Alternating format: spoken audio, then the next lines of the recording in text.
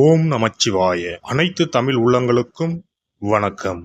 நாம் இந்த பதிவில் பிறக்கப் போகும் அக்டோபர் மாதத்திற்கான உங்கள் ராசிக்கான பலன் என்ன என்பதனை பற்றி விரிவாக காண்போம். பிறக்கப் போகும் இம்மாதத்தில் உங்கள் வாழ்வில் வளமும் நலமும் செல்வ செழிப்பும் பெற்று வாழ்வில் உயரிய நிலையை அடைய எல்லாம் வல்ல எம்பெருமானை வேண்டி விரும்பி கேட்டுக்கொள்கிறேன். இம்மாத கிரகநிலை என எடுத்துக்கொண்டால் ரிஷபராசியில் குரு பகவானும் மிதுன ராசியில் செவ்வாய் பகவானும் உள்ளனர். இம்மாத ஆரம்பத்தில் சந்திர பகவான் சிம்ம ராசியில் தனது பயணத்தை துவக்குகிறார். கன்னி ராசியில் சூரிய பகவான், புதன் பகவான், கேது பகவான் உள்ளனர். துலாம் ராசியில் சுக்கிர பகவானும், கும்ப ராசியில் சனி பகவானும், மீன ராசியில் ராகு பகவானும் சஞ்சாரம் செய்கின்றனர். இம்மாத கிரக பயிற்சி என எடுத்துக்கொண்டால் புதன் பகவான் அக்டோபர் மாதம் 10ஆம் தேதி துலாம் ராசிக்கு பயிற்சியாகின்றார். சுக்கிர பகவான் அக்டோபர் மாதம் 12ஆம் தேதி அன்று விருச்சக ராசிக்கு பயிற்சியாகின்றார். அக்டோபர் மாதம் 17ஆம் தேதி இரவு 7:40 சூரிய பகவான் கன்னி ராசியில் இருந்து துலாம் ராசிக்கு பயிற்சியாகின்றார். செவ்வாய் பகவான் அக்டோபர் மாதம் 20ஆம் தேதி அன்று மிதுன ராசியில் இருந்து கடக ராசிக்கு பயிற்சியாகின்றார். நீச்சஸ்தானத்திற்கு செல்லும் செவ்வாய் பகவானால் மிகப்பெரிய மாற்றம் உண்டாகும். இம்மாத கடைசியில் அக்டோபர் 29ஆம் தேதி புதன் பகவான் துலாம் ராசியில் இருந்து விருச்சக ராசிக்கு பயிற்சியடைகின்றார். இம்மாதத்தில் வரும் விசேஷ நாட்கள் என எடுத்துக்கொண்டால் அக்டோபர் மாதம் 2ஆம் தேதி மகாலய அமாவாசை வருகின்றது. வருடத்திற்கு ஒரு முறை வரக்கூடிய இந்த அமாவாசையில் பித்ருக்கள் மேலோகத்தில் இருந்து பூமிக்கு வந்து நம்மை ஆசீர்வதிக்கக்கூடிய விசேஷமான நாளாகும். அக்டோபர் 3ஆம் தேதி நவராத்திரி விழா ஆரம்பம். அக்டோபர் மாதம் 11ஆம் தேதி ஆயுத பூஜை என்று சொல்லக்கூடிய சரஸ்வதி பூஜை வருகின்றது. அக்டோபர் 12ஆம் தேதி விஜயதசமி, அக்டோபர் 31ஆம் தேதி தீப ஒளி திருநாள். இனி உங்கள் ராசிக்கு இம்மாதம் நடக்க உள்ள சுப மற்றும் அசுப பலன் என்ன என்பதனையும், அசுப பலன் ஏற்படுமாயின் ராசிக்காரர்கள் செய்ய வேண்டிய பரிகாரம் என்ன, வழிபட வேண்டிய தெய்வம் யார் என்பதனை பற்றி விரிவாக காண்போம்.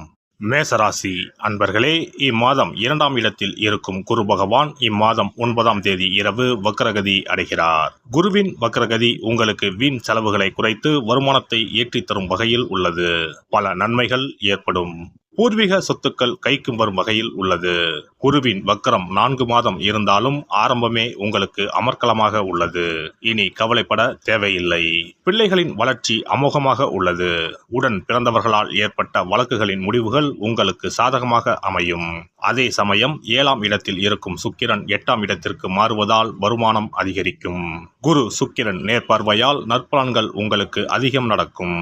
இம்மாதம் 12ஆம் தேதிக்கு பிறகு சுக்கிர பகவானின் ஆதரவு உங்களுக்கு முழுமையாக கிடைக்கும். மேசராசி பெண்கள் ஆரோக்கிய விஷயத்தில் மட்டும் கொஞ்சம் கவனமாக இருக்க வேண்டும். 17ஆம் தேதி 6ஆம் இடத்தில் இருந்து 7ஆம் இடத்திற்கு வரும் சூரிய பகவான் உக்கிரமாக உள்ளார். எனவே மேல் அதிகாரிகள் தந்தையுடன் கருத்து மோதல் வர வாய்ப்பு உள்ளது. அவர்கள் கூறுவதை கேட்டு நடப்பது நல்லது. பொறுமையை கடைபிடிப்பது அவசியம். ராசிநாதன் செவ்வாய் இம்மாதம் 3ஆம் இடத்தில் இருந்து 4ஆம் இடத்திற்கு பயிற்சியாகின்றார். நீசமடையும் செவ்வாய் பகவானால் உடல் நலத்தில் பாதிப்புகள் வரக்கூடும். மனத்தடமாற்றம் உண்டாகும். இம்மாதம் 29ஆம் தேதி பயிற்சியடையும் புதன் பகவானால் வீட்டில் சுப நிகழ்ச்சிகள் நடைபெறும். இதுவரை தடைபட்டு வந்த சுபகாரியங்கள் இம்மாதம் 29ஆம் தேதிக்கு பிறகு நடைபெற வாய்ப்புள்ளது. இம்மாதத்தை பொறுத்தவரை மேசராசியில் பிறந்த குடும்ப தலைவிகளுக்கு 2ஆம் இடம் வலுவாக உள்ளது. 2ஆம் இடத்தில் குருவின் வக்ரம் மற்றும் 2ஆம் இடத்தின் அதிபதி சுக்கிரன் 7ஆம் இடத்தில் இருந்து 8ஆம் இடத்திற்கு போகிறார். இதனால் 12ஆம் தேதிக்கு பிறகு தனலாபம் அதிகரிக்கும். வருமானத்தில் எந்த குறையும் இருக்காது. சனி பகவானின் பார்வை ராசிக்கு இருப்பதால் உடலில் ஒருவித சோர்வு இருக்கும். ஆனால் பெரிய பாதிப்பு எதுவும் இருக்காது. என்றாலும் எச்சரிக்கையாக இருப்பது அவசியம். தொழில் வியாபாரம் சுமாராகத்தான் இருக்கும். பழைய பாக்கிகளை வசூல் செய்வதில் வேகம் இருக்கும். ஆர்டர்கள் பெறுவதில் தாமதம் ஏற்பட்டு நீங்கும்.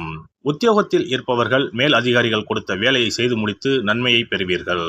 கலைத்துறையினருக்கு சக கலைஞர்களிடம் திடீர் கருத்து வேற்றுமை ஏற்பட்டு நீங்கும். ஒப்பந்தங்களில் சரியான முடிவுக்கு வர முடியாத தடுமாற்றம் ஏற்படலாம். வாகனங்களில் செல்லும் போதும் பயணங்களின் போதும் கவனம் தேவை.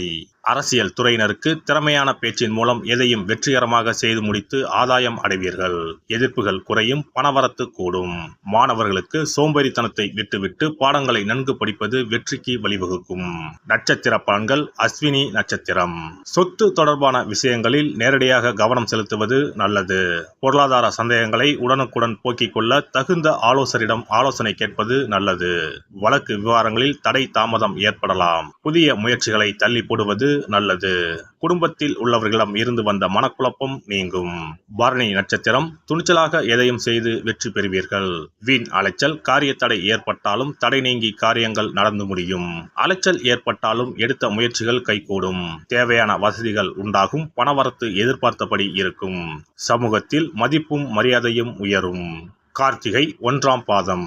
உடல் சோர்வு, மனக்குழப்பம் ஏற்பட்டாலும் செலவுகள் கட்டுக்குள் இருக்கும். தொழில் வியாபாரம் எதிர்பார்த்தபடி நடக்கும்.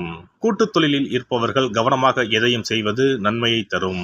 தேவையான பண உதவி கிடைக்கும். சனிக்கிழமை தோறும் அருகில் இருக்கும் பெருமாள் கோவிலில் உள்ள கருடமூர்த்தியை வணங்கி வர நன்மைகள் நடைபெறும். சிறப்பு பரிகாரம். சொந்த வீடு அமைவதற்கு ஆன்மீக பரிகாரம். சொந்த வீடு கனவு நிறைவேற வேண்டும் என்பதற்காக எத்தனையோ கோவிலுக்கு சென்று எத்தனையோ பூஜை வழிபாடு என செய்தும் ஒன்றும் நடக்கவில்லை என்பவர்கள் வீட்டிலேயே இந்த எளிய பரிகாரத்தை செய்து வந்தால் நல்ல பலன் கிடைக்கும். எளிமையான இந்த 2 பரிகாரங்களை செய்து வந்தால் விரைவில் சொந்த வீடு யோகம் அமையும். அதனால் நம்பிக்கையுடன் இந்த சக்தி வாய்ந்த வழிபாட்டை செய்து வரவும். எவ்வளவுதான் சொத்து பணம் இருந்தாலும் நமக்கென்று ஒரு வீடு இல்லை என்றால் அது மனக்குறையாகவே இருக்கும். சொந்த வீடு வாங்க முடியவில்லையே என்பது பலரின் ஏக்கமாகவும் கனவாகவும் இருந்து வருகிறது. சொந்த வீடு வாங்க வேண்டும். வாங்கிய இடத்தில் விரைவில் வீடு கட்ட வேண்டும். ஏற்கனவே துவங்கியிருந்த வீட்டின் பணிகளை பணப்பற்றாக்குறையால் கட்டி முடிக்க முடியவில்லையே என்ற கவலையில் இருப்பவர்கள் ஏராளம். இப்படிப்பட்டவர்கள் வீட்டிலேயே எளிமையான 2 பரிகாரங்களை தொடர்ந்து செய்து வந்தாலே போதும். சொந்த வீடு வாங்க வேண்டும் என்று நினைப்பவர்கள், அதற்கான முயற்சியில் ஈடுபட்டிருப்பவர்கள் ஒரு சிறிய அகல் விளக்கில் விளக்கெண்ணெய் ஊற்றி தீபம் ஏற்ற வேண்டும். மகா விஷ்ணுவின் அவதாரங்களில் ஒன்றான வாமனரை மனதில் நினைத்து சொந்த வீடு அமைய வேண்டும் என்று பிரார்த்தனை செய்து கொண்டு மாதந்தோறும் வரும் திருவோண நட்சத்திரத்தன்று வீட்டின் அக்னி மூலையான தென்மேற்கு மூலையில் இந்த விளக்கை ஏற்றி வைக்க வேண்டும். அக்னி திசை என்பது மண்ணுக்குரிய திசையாகும். அதாவது அங்காரகன் எனப்படும் செவ்வாய் பகவானுக்கு உரிய திசை இதுவாகும்.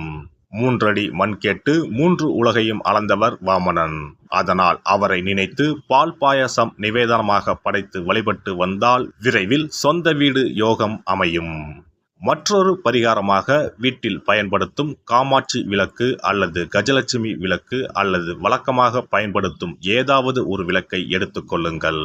விளக்கை சுத்தம் செய்து மஞ்சள் குங்குமம் வைத்து வாசனை மிகுந்த வெள்ளை நிற பூக்கள் சாற்றுங்கள். பிறகு 5 ரூபாய் நாணயத்தை விளக்கிற்குள் போட்டு நெய் அல்லது எண்ணெய் ஊற்றுங்கள். ஒரு சிறிய தட்டின் மத்தியில் மஞ்சள் குங்கும பொட்டு வைத்து அதன் மீது 5 ரூபாய் நாணயத்தை வைத்து நாம் ஏற்கனவே தயார் செய்த விளக்கை இதில் வைத்து விளக்கினை ஏற்ற வேண்டும். தினமும் காலையில் 6 மணி முதல் 7 மணிக்குள் இந்த விளக்கை ஏற்றி வந்தால் விரைவில் வீடு கட்டுவீர்கள். 5 ரூபாய் நாணயம் என்பது குபேரனுக்கு உரியதாகும். இதை விளக்கில் போட்டு ஏற்றுவதால் வீடு கட்டுவதற்கான அல்லது வீடு வாங்குவதற்கான பணம் ஏதாவது ஒரு வழியில் உங்களுக்கு கிடைக்கும்.